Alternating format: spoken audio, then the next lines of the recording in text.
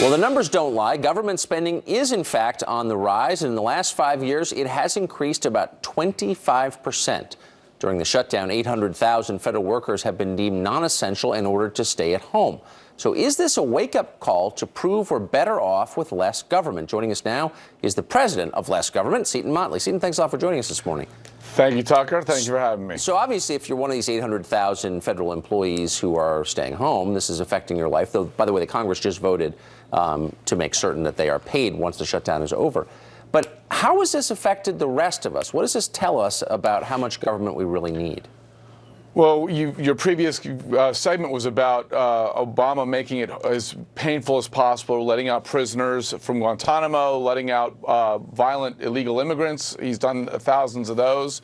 And now he's trying to make it as painful as possible. He's doing that in part to try to gin up pain from a shutdown that otherwise, most likely for most people, wouldn't exist. Now, we're calling this a shutdown, but I want to put up on the screen the parts of government that are still operating. And this sort of looks like the government most people want in the first place. 911 and emergency services, the U.S. Postal Service, existing Social Security benefits, military and air traffic controllers, food stamps and unemployment. I mean, isn't that, along with, say, paving the roads, pretty much what government ought to be doing in the first place, no? 83% of the government's still open. This is a very partial shutdown.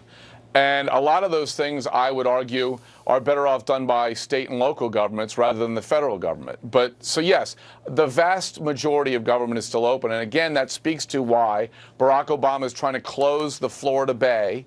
110,000 miles of open ocean, he says, are closed to fishing because of the shutdown. It's why he's closing the World War II Memorial. It's why he's closing privately funded entities like Mount Vernon, George Washington's house. He's trying to gin up pain where otherwise we wouldn't even notice that the government was closed, the vast majority of Americans. Except the only thing I'd like to do is get a bill out of Congress that lets us keep our taxes for the time the government's closed. So basically the message the White House is sending to the rest of the country is, unless you fully fund the government at current levels, you can't live a happy, productive life. This is an exercise in propaganda. It is a propaganda, and you want to point out that the government has raised spending by $900 billion, 2.7 trillion to 2.9 trillion to 3.8 trillion in 5 years. And then sequester cut it back 85 billion out of 900 billion, and they did all sorts of things to make that look much, much worse than it is. Yeah. We don't need to spend 23% of the GDP at the federal level. It's completely out of control. Seton Motley joining us this morning from Washington. Thanks a lot. Appreciate it. Thank you, sir. Next on the